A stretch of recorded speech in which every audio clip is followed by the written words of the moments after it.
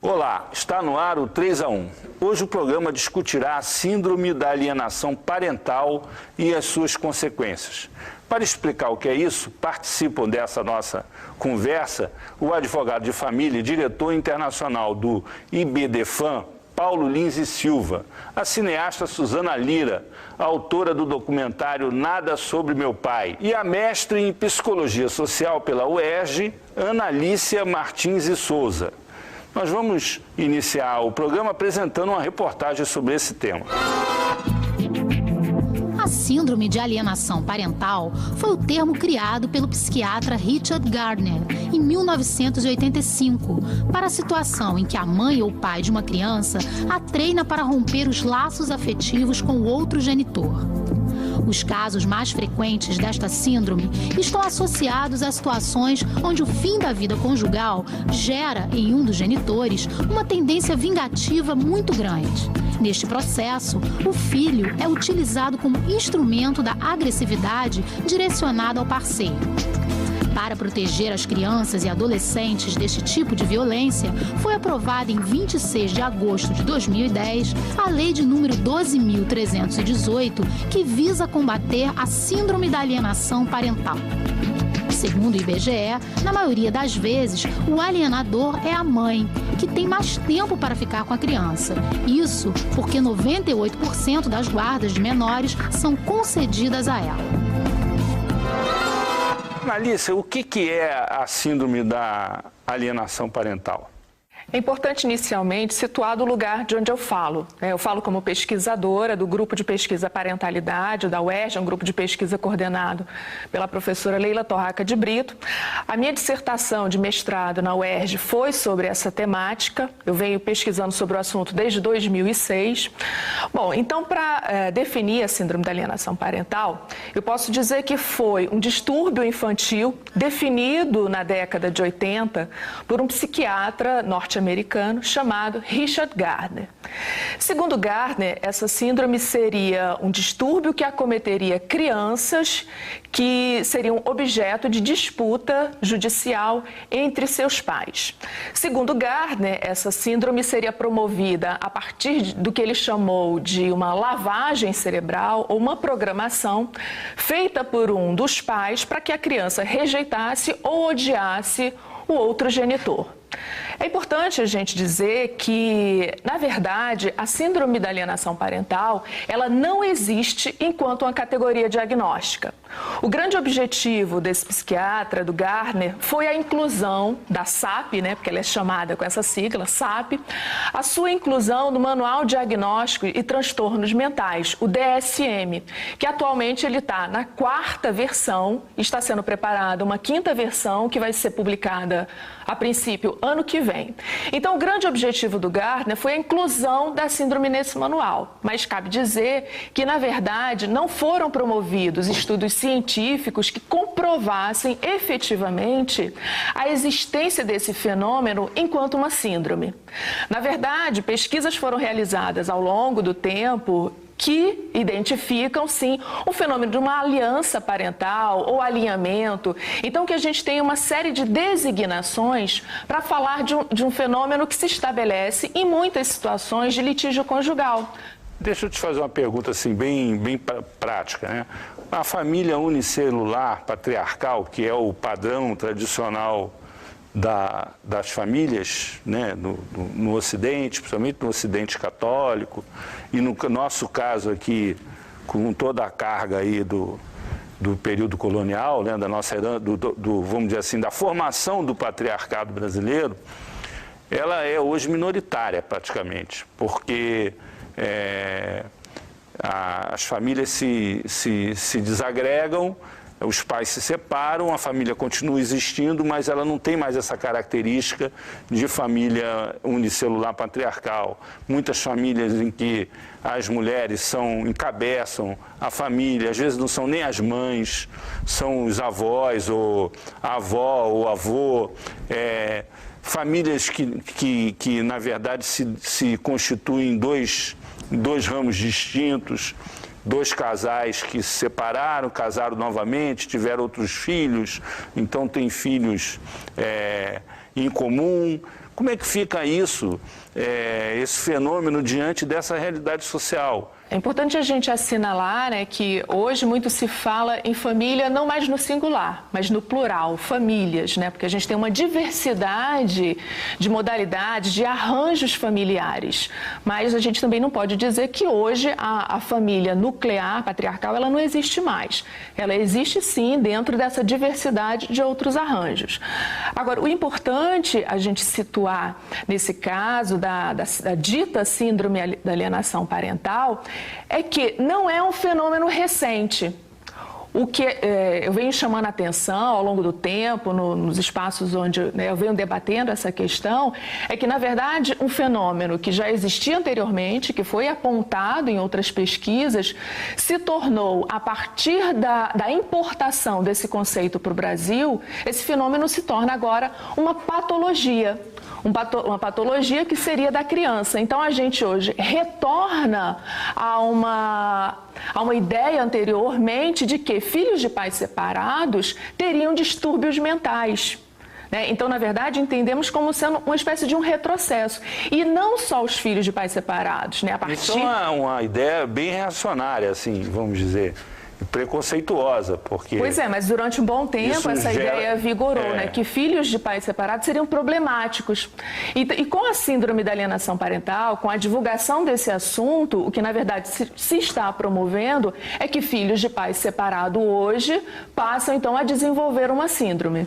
E mais além, Gardner dizia que em algumas situações, o psiquiatra norte-americano ao qual me referi, ele dizia que em algumas situações essa síndrome, que ele chamava de síndrome, faria parte, o genitor, que é aquele que promove a síndrome da alienação parental, o alienador, como ele chamava, teria essa alienação como parte da sua estrutura psíquica. Então, dada a separação, o estresse promovido pela separação do casal, isso se expandiria. Então... Vamos aqui ouvir o doutor Paulo um minuto sobre esse assunto. Recentemente saiu uma decisão judicial condenando um pai supostamente por ter abandonado o filho. Ele foi condenado a indenizar a filha, aliás. Ele foi condenado a indenizar. Quer dizer, isso, num contexto desses conflitos familiares, do impacto deles sobre as crianças, isso pode resultar em uma indústria de indenizações? Foi muito interessante a exposição da nossa debatedora, a psicóloga Alice, uma professora, inclusive, e ela trouxe um ponto que poderíamos trazer para os dias atuais, a evolução que nós tivemos na sociedade, que eu diria ibero-americana. Nós todos temos origem de Portugal e Espanha. Essa cultura nossa é ibérica. De pai, de mãe, patriarcal, de força do pai. Isso vem também de Roma, na época do pater potesta, da força do pai e tudo isso. Mas o gancho que eu queria tirar da exposição dela foi que os colégios antigamente, na década de 40, 50, até mesmo na década de 60, uma das requisitos que eles colocavam na ficha de matrícula da criança era saber se os pais eram casados ou desquitados naquela época. E geralmente as crianças de filhos de pais desquitados não eram admitidos em alguns colégios tradicionais. Isso ocorreu muito, muito no Brasil inteiro. Essa decisão que você acabou de nos falar, que houve agora no STJ, envolvendo uma indenização fixada para um pai que se recusou, que litigou, que insistiu em resistir ao reconhecimento de um filho seu aprovado por um DNA, um filho seu que não tinha registro de nascimento anterior, é uma decisão muito importante e no Brasil é um ponto de partida para a evolução do casamento entre a responsabilidade civil e o direito de família marcharem juntos, que ainda está fraquinho o meu direito, do jeito que eu amo, o de família, com a responsabilidade civil. Anteriormente, no Tribunal Mineiro também houve uma discussão. Um jovem, não era caso de reconhecimento de paternidade, um jovem que nunca tinha sido visitado pelo pai, procurado pelo pai. Em primeiro grau de jurisdição, ele ganhou uma indenização.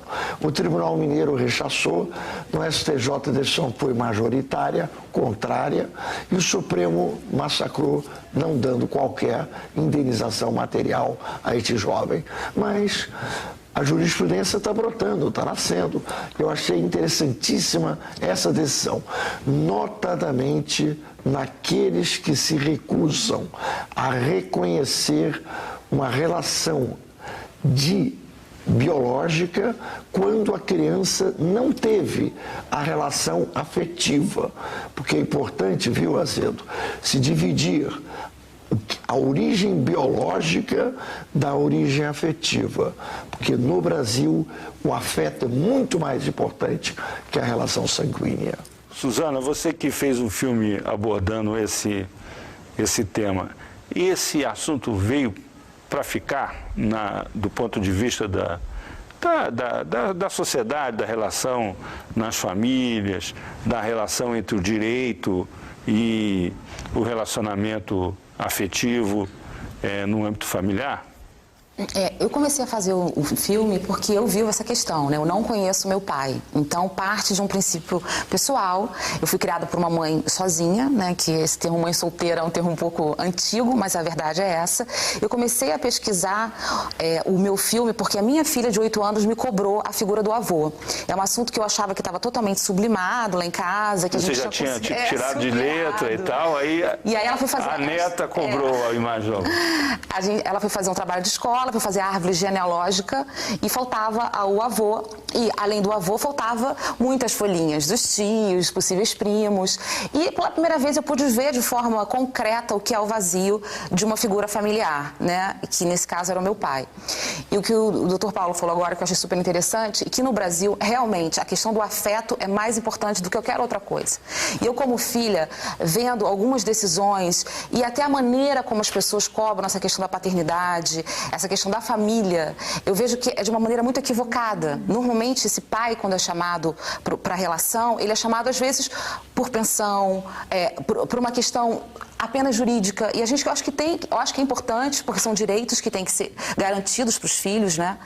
Mais importante é cultivar essa questão do afeto. Essa decisão do STJ foi por abandono afetivo. Eu acho que esse pai registrou essa menina, ele pagava a pensão, mas ele não deu afeto para ela. E é muito difícil mensurar isso, né? Eu acho que a decisão, ela se torna interessante porque diante de uma banca, eles tiveram que decidir como a gente vai mensurar o que é falta de afeto para alguém. E transformar isso numa sentença.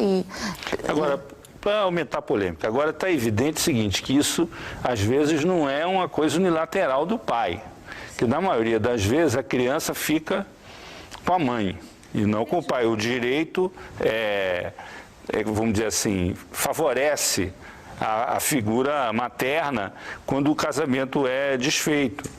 E no caso, por exemplo, em que a mãe induz essa ruptura do filho com o pai em função da sua própria ruptura, isso vamos dizer assim, uma questão polêmica, que está vamos dizer assim, está na discussão da tal síndrome da alienação parental. Como que um juiz pode avaliar isso? Quais são os paradigmas que poderiam ser socialmente aceitos para isso? O que a gente tem com a promoção desse tema, síndrome da alienação parental ou alienação parental, é que focamos em aspectos individuais psicológicos.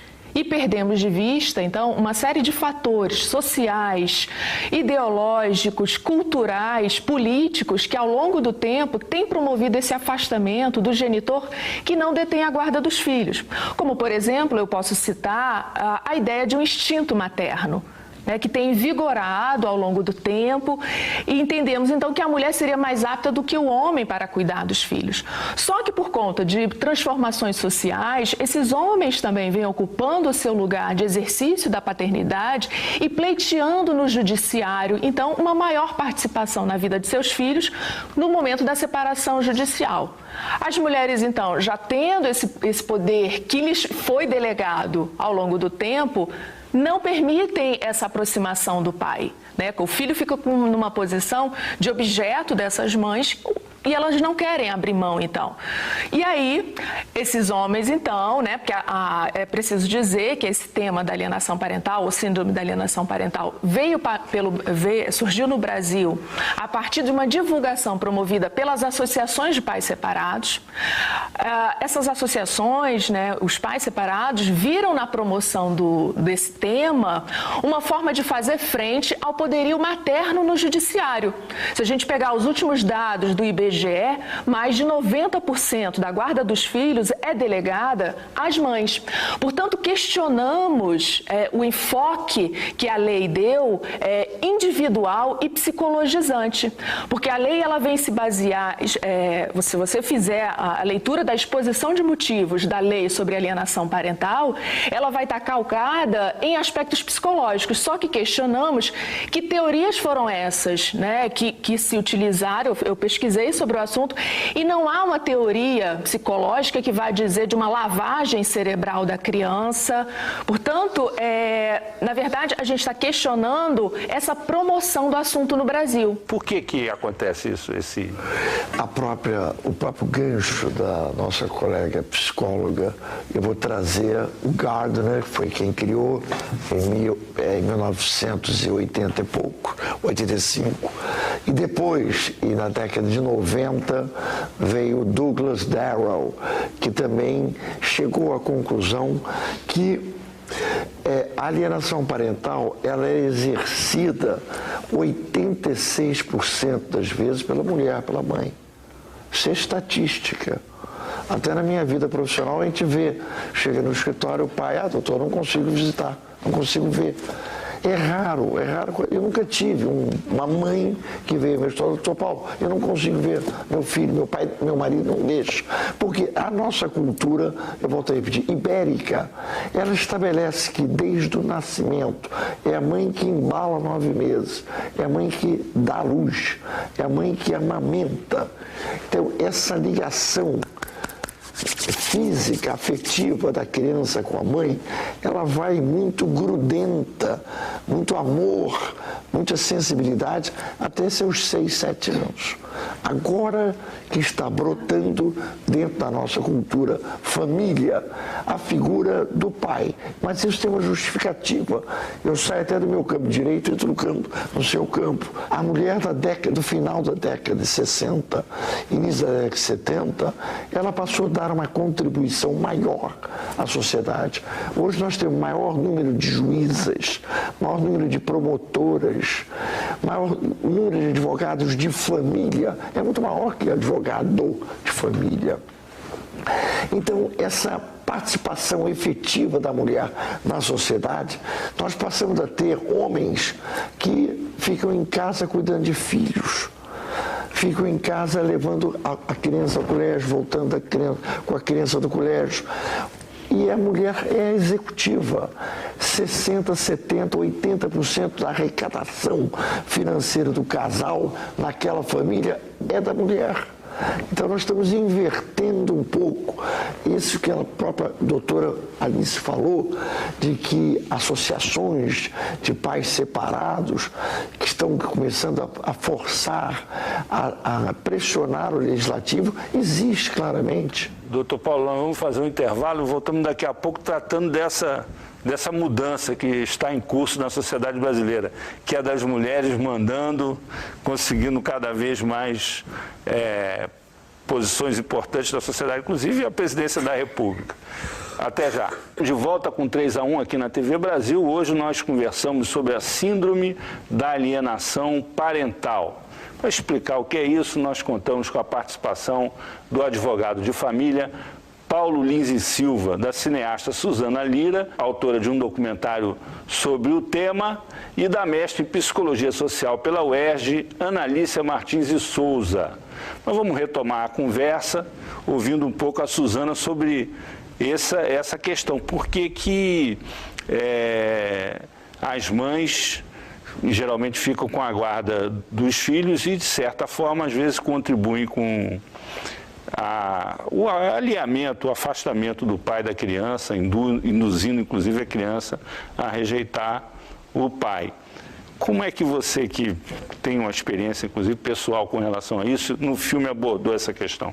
Eu acho que esse fator da questão da alienação e até essa falta do pai nas famílias brasileiras tem que ser analisado do ponto de vista histórico, né? De como a gente essa nação nasce, como a gente nasce como um país, né? Que já vem dessa questão dos portugueses colonizando, a relação com as índias, os mamelucos, que eu acho que foram os primeiros filhos desses pais desconhecidos, né?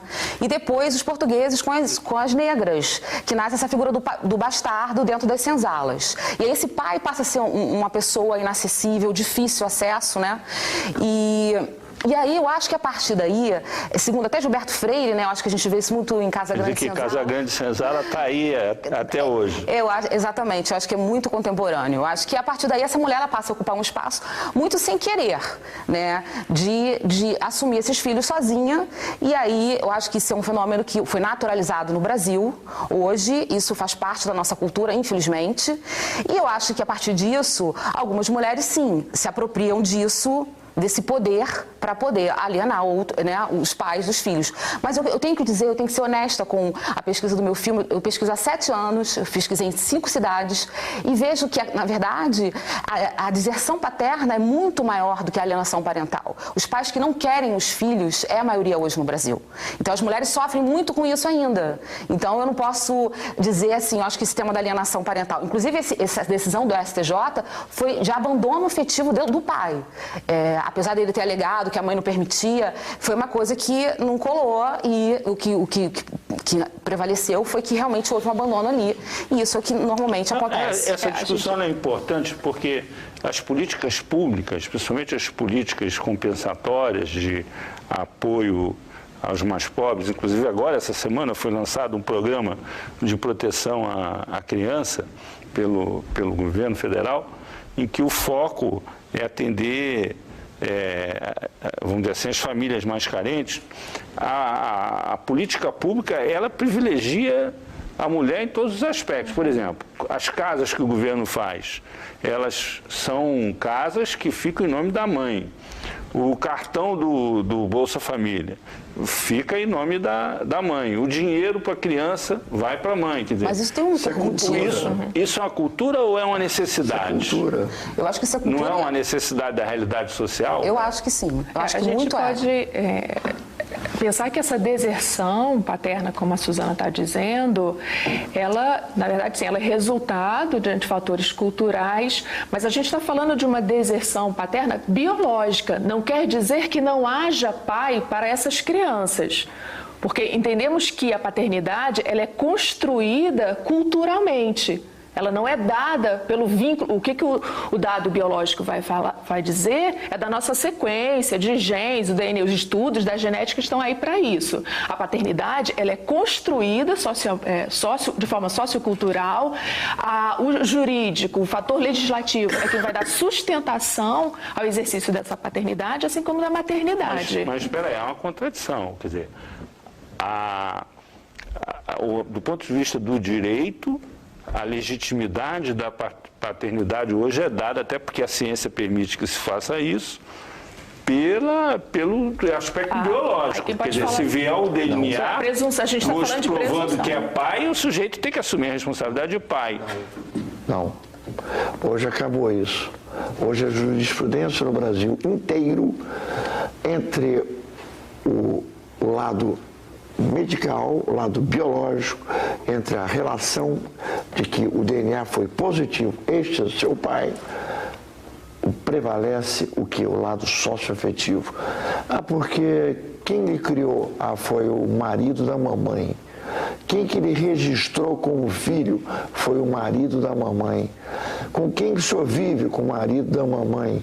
Quem é teu pai? O marido da mamãe.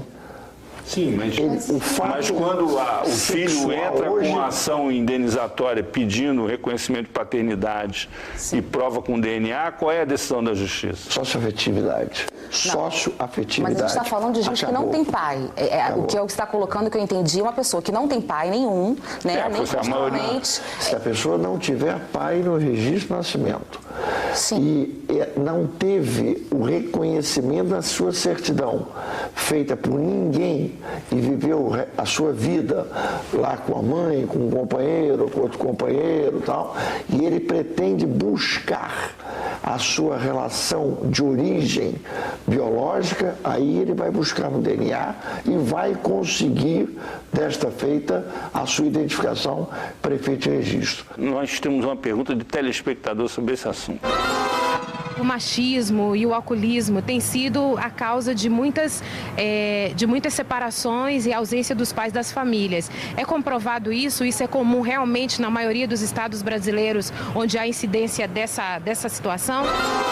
O fato dos pais abandonarem os seus filhos logo depois que ele nascer, isso não é rotina, isso não é normal. Ocorre, mas nós não podemos eu não posso nem estabelecer no meu dia a dia profissional que eu diria em 50 anos de profissão, eu tive um ou dois casos em que houve uma reclamação da busca afetiva paterna. Tive, mas são raríssimos, não é normal.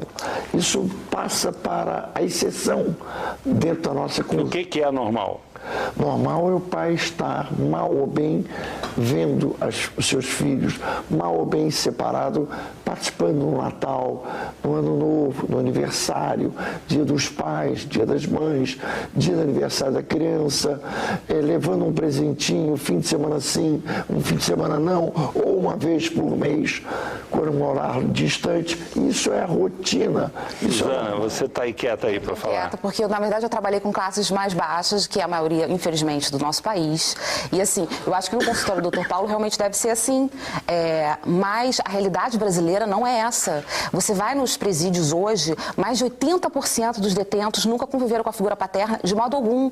Você vai hoje na Fundação Casa, em São Paulo, como eu visitei, aqui no Rio, os adolescentes nunca conviveram. 90% de um grupo de 200 que eu trabalhei nunca conviveram com a figura paterna. Hoje, essa questão da falta do pai em casa gera problemas sociais muito sérios. E acho assim, a classe média, A e B, talvez tenha esse acesso desse pai que vai, porque mesmo separado ele vai visitar, ele realmente tenta manter laços, embora a relação entre homem e mulher esteja comprometida por alguma razão, eu concordo que realmente, mas é uma classe minoria. Hoje a realidade brasileira, em todas as comunidades que você vai, em qualquer lugar, seja no Acre, eu visitei cidades muito extremas do país para conhecer de perto essa realidade. É que existe realmente uma ausência paterna de uma maneira muito forte. E isso se reflete em fatores sociais brasileiros. Eu torno a dizer, se a gente for pensar pela teoria psicanalítica, a gente não vai pensar no dado biológico. Então, quando a gente está falando que uma pesquisa comprovou a ausência paterna, o que está se chamando ali de exercício da paternidade? Porque diferentes homens hoje, por exemplo, podem ocupar esse lugar de exercício da paternidade para uma criança e não necessariamente aquele que foi o progenitor. Esse é um dado a se considerar, porque senão a gente naturaliza a questão e passa a dizer que no Brasil há uma deserção paterna.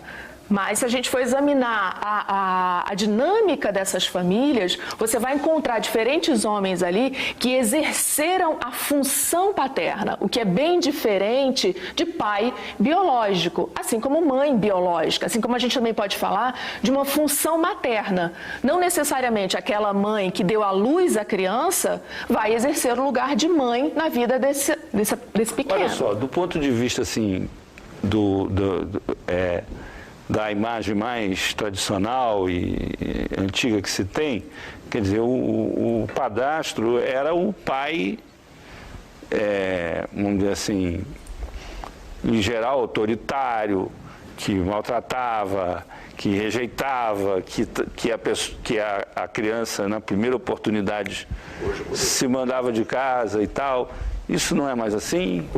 Acho que houve uma mudança, porque pelo que você está falando... reproduz um pouco aquela ideia dos contos de fada, né? Da madrasta malvada. E o que a gente vê hoje, né, como falamos inicialmente, né, esses diferentes arranjos familiares, famílias recasadas diversas vezes, então você vai ter várias pessoas ocupando esse lugar. Você vai ter uma madrasta, depois o pai se separa, vai ter outra madrasta e outra. E essas mulheres vão estar exercendo esse lugar, essa função materna, desde que sejam autorizadas a ocupar esse lugar. Agora, mas quando a gente abre o jornal e lê o jornal, a gente pega as estatísticas nas delegacias de mulheres e tal, está cheio de casos de violência contra a criança, violência no ambiente familiar, em que os pais batem nas crianças, cometem violências sexuais contra as meninas. Então, essa coisa também não é idílica assim. A gente precisa considerar que, na nossa cultura, a educação dos filhos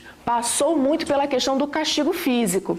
Então, se a gente considerar as classes mais baixas da população, muitas mulheres, elas nos disseram que não entendiam aquele seu ato como sendo violência, mas sim tentando educar. Uma mãe que sai de casa, deixa seu filho trancado em casa e vai trabalhar porque ela não tem onde deixar o filho, porque não há creche na sua comunidade, não há com quem deixar, essa mãe posteriormente vai ser acusada de negligência.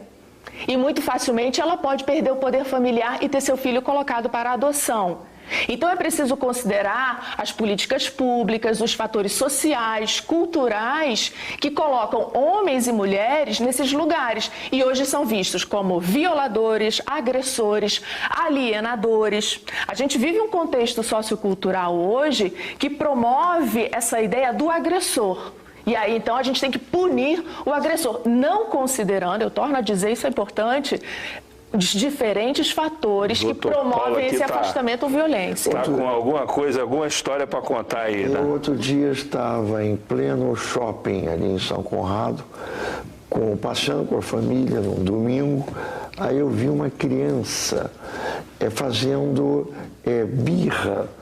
Ela estava na loja de brinquedos, sentou no chão, começou a gritar, chorar, berrar, e berrava com a mãe, gritava com a mãe. A mãe dizia assim, se eu bater, que devia merecer umas palmadas, me prendem, o que eu faço? Eu vi isto. É a realidade. E uma palmadinha ali resolvia, a criança passava a sentir que ela tem uma dominação instintiva de uma pessoa que ela colocou no mundo para educá-la. Mas a palmada não pode ser considerada crime? É bater, vai ficar de castigo. Uma expressão dessa para a criança deu um show, todo mundo assistindo o show da criança. E a criança devia estar inteiramente feliz, mobilizei o público. Agora, isso aí, assim, pai é pai, né? Avô é avô. Você já deu alguma palmadinha no teu neto, por exemplo? Eu não, eu tenho 2 netos, 3 netos. Mas eu nunca encostei, eu tenho um amor alucinado por 2 netos biológicos e um neto de coração. Essa discussão sobre a palmada, ela é uma discussão... Palmada, é um toquezinho. O que você acha disso, Suzana? Da palmada? Eu sou totalmente contra, mas eu acho que assim, quando você vive num ambiente de afeto, de confiança, e eu acho que a voz ativa, eu tenho uma filha de 15 anos hoje, e o que eu tenho que estabelecer limite, é difícil. Eu sou separada, mas eu tenho o pai dela presente em momentos que realmente precisa, né, que o pai, eu acho que é uma figura que é insubstituível. Então, a gente discute essa questão, mas assim, eu acho que tem que estabelecer relações de confiança, a criança precisa acreditar. Eu sempre chego no quarto dela, às vezes está super bagunçado, mas esse quarto não combina com você. Eu não fico falando, que bagunça. Eu acho que tudo é uma maneira da gente, como a gente vê o filho. Então, é muito difícil, às vezes, quando você tem 5, 6 filhos, você conseguir dar limite, é um desafio. Mas eu acho que ele tem que ser estabelecido de uma maneira com afeto e com confiança nessa criança, de que ele é um sujeito legal, que está construindo um ser humano bacana também. Essa questão que a Suzana está colocando é bastante interessante, né?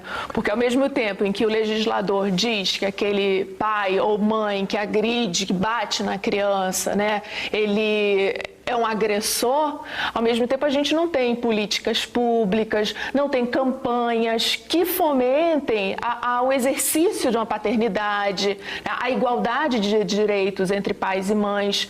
Com a promulgação da lei sobre alienação parental, a gente entende que praticamente se engavetou todo um debate que havia em torno da guarda compartilhada. Vamos tratar desse tema agora no terceiro bloco. Vou fazer o intervalo, voltamos daqui a pouco, discutindo a síndrome da alienação parental. Estamos de volta com 3-1, hoje debatendo a síndrome da alienação parental. Participam dessa conversa o advogado de família Paulo Lins e Silva, a cineasta Suzana Lira e a mestre em psicologia social pela UERJ, Analícia Martins e Souza.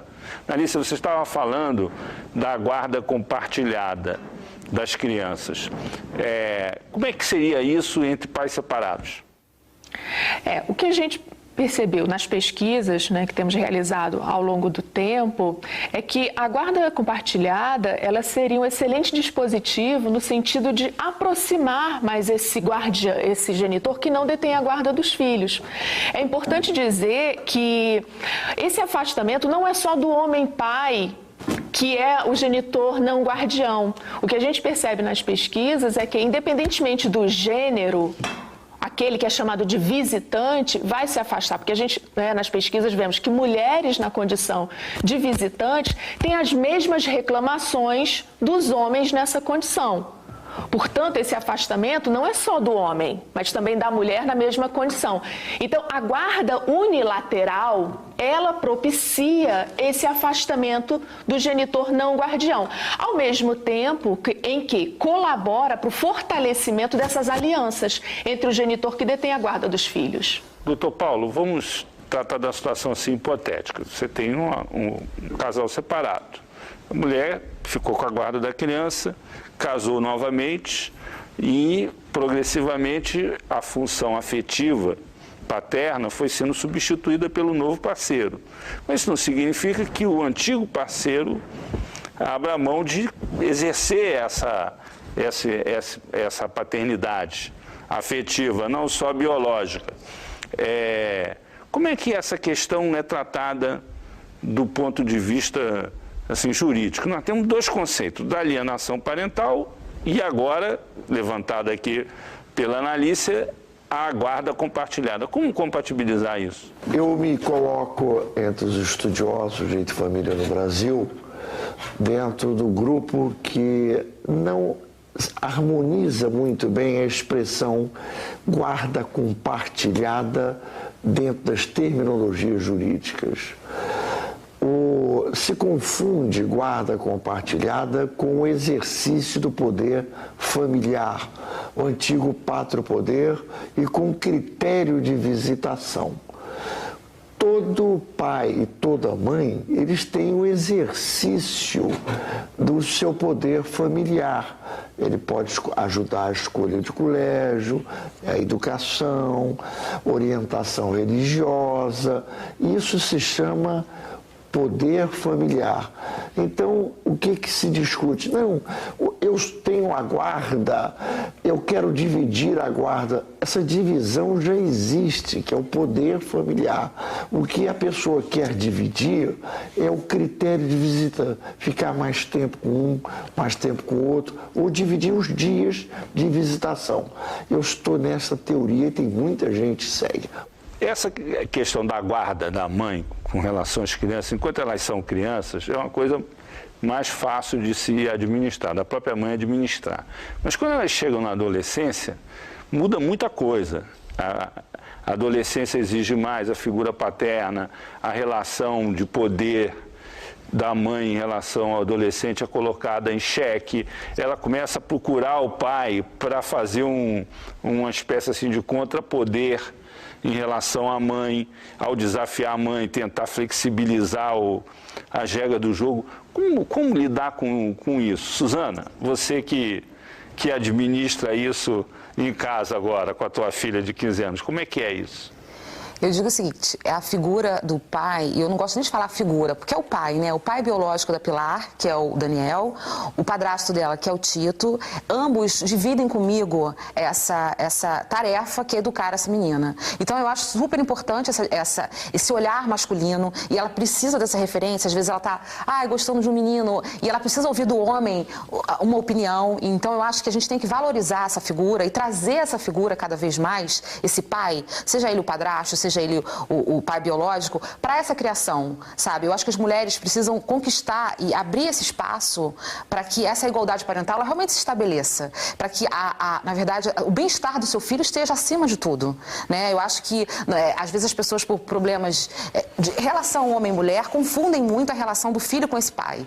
Então, eu acho que o grande desafio nosso hoje é tentar, ou através da guarda compartilhada, ou através de uma visitação que seja mais tranquila e mais harmoniosa, é que esse filho tenha essa figura por perto, que eu acho que é insubstituível.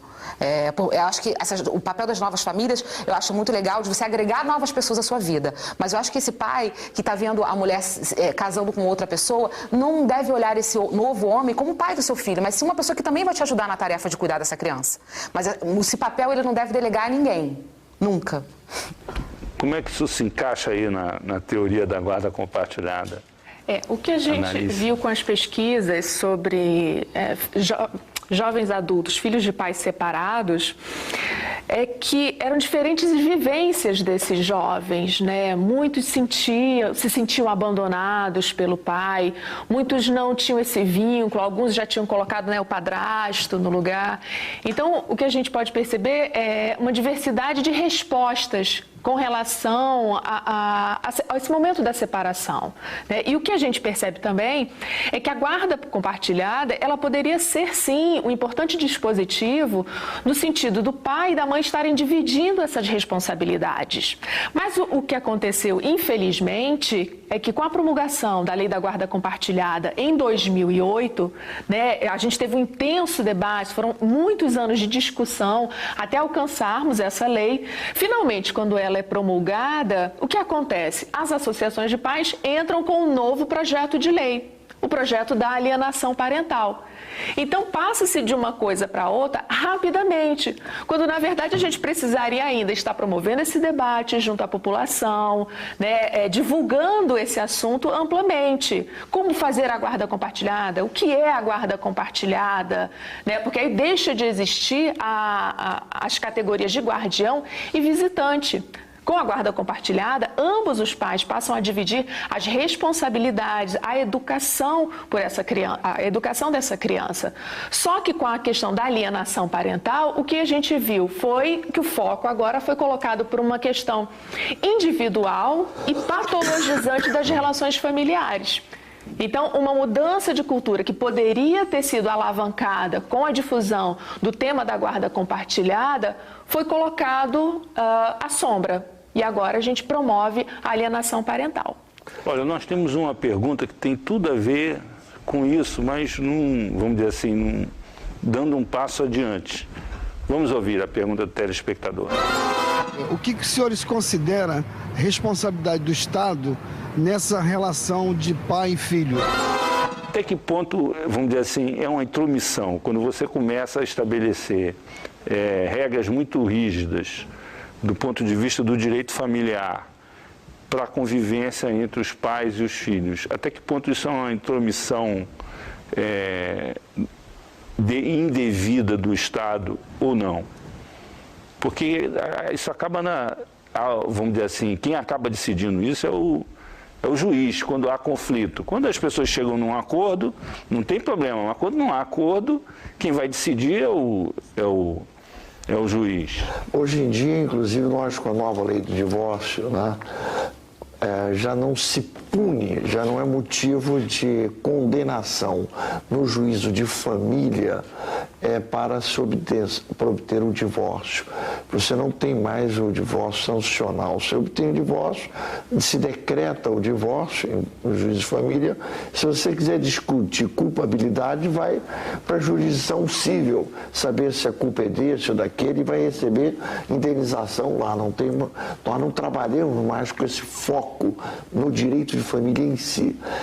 O mesmo aspecto, a intervenção do Estado existe e é importante porque entra a figura do menor, da criança.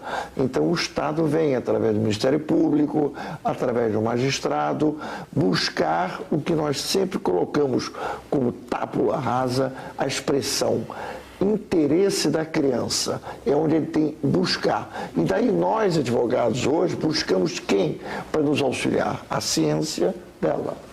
Não existe advogado de família que trabalhe autonomamente sem ter ao seu lado os 3 psis, o quiatra, o psicólogo e o analista. Isso é comuníssimo no nosso ramo de família.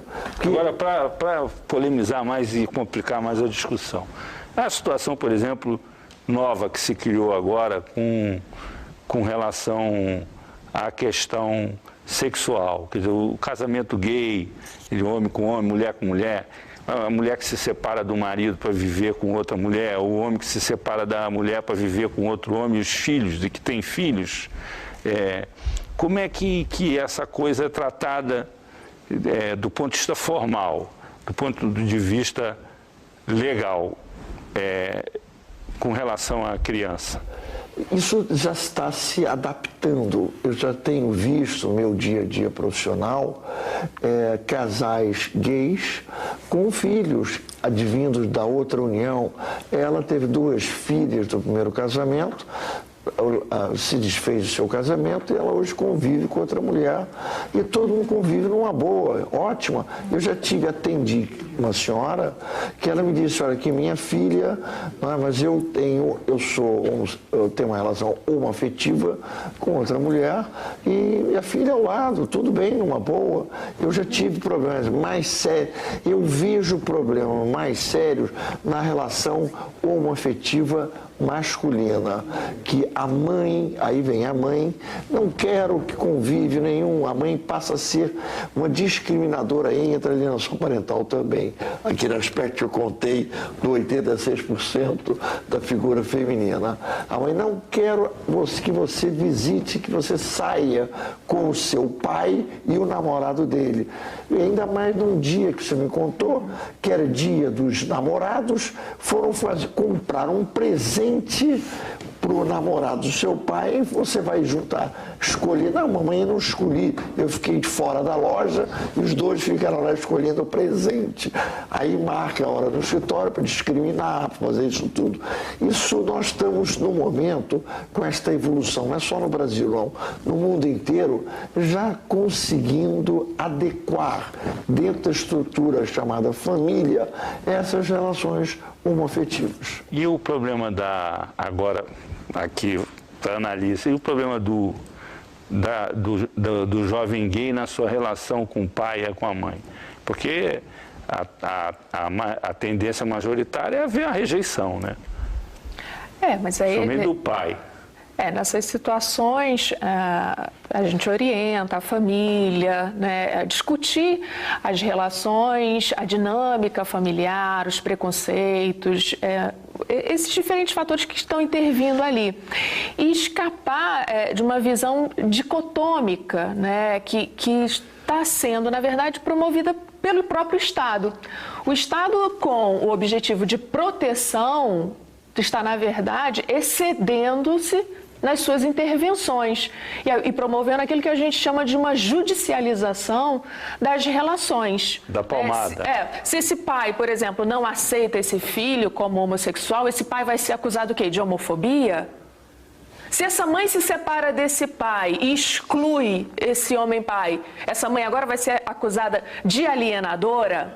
Esse pai é alienado, homofóbico, o filho futuramente pode acusá-lo de abandono afetivo. Então veja quantos aspectos você tem atravessando agora as relações familiares. né, essa promoção incessante de novas leis, né, a lei do bullying, vai se criar a lei do bullying, da alienação parental, do assédio moral, da homofobia. Então, um excesso de intervenção do Estado nas relações parentais, que na verdade está promovendo o embate entre os direitos de um contra os outros, e a gente tem a figura agora da vítima. Esse jovem vai ser vítima de quê? De homofobia, da alienação da mãe ou do abandono afetivo? Entende como a situação ela acaba se tornando complexa e judicializante? E aí, Suzana, você que foi lá para o presídio, que foi para a casa dos... Eu acho que falta amor nas pessoas, né? Eu acho que como eu não sou do campo da ciência, da psicanálise e nem das ciências jurídicas, eu posso dizer do meu lugar de filha, que viveu sem a figura do pai, que hoje acha importante essa relação. E não só do pai, eu acho que as relações de amor, e acho que as pessoas projetam muito nos filhos o que elas gostariam de ser, enfim. É uma série de coisas que realmente são tabus que a gente precisa quebrar mesmo. Então, assim, eu acho que com o avanço da sociedade em relação a essa questão da orientação sexual, seja nas novas famílias, eu acho que as pessoas precisam tentar amar as pessoas de uma outra maneira. Então, eu me sinto bem à vontade, embora a gente esteja num debate técnico e teórico, de tentar resgatar essa coisa do afeto. Amar mais as pessoas da sua família, valorizar mais. O homem que fez esse filho com você... O critério deveria ser a busca da felicidade e do afeto. Eu acho que é o afeto. Porque a felicidade... balizar essas relações. Eu acho que você tem que amar o seu filho independente do que ele seja. Eu acho que você tem que amar, de uma certa maneira, esse homem que fez esse filho com você e jamais demonizá-lo para o seu filho, porque essa criança não tem culpa de nada. E o homem também não deve abandonar o seu filho, porque embora ele tenha sido uma relação casual ou sem amor com essa mulher, nasce uma criança que vai depender de você para o resto da vida. Então, eu acho que a gente falta afeto e aí por isso que essas medidas protetivas da justiça têm que intervir às vezes. Eu concordo que muitas vezes há um excesso, mas muitas vezes são necessárias. Então, é porque, na verdade, falta isso, falta civilidade nas pessoas, falta afeto, que eu acho que deveria ser que deveria ser mais cultivado entre nós, assim, de maneira geral. Nós vamos ter que encerrar. Agradecemos muito a participação do advogado de família, Dr. Paulo Lins e Silva, da cineasta Suzana Lira, autora do documentário Nada Sobre Meu Pai, e da mestre em Psicologia Social da UERJ, Ana Alícia Martins e Souza.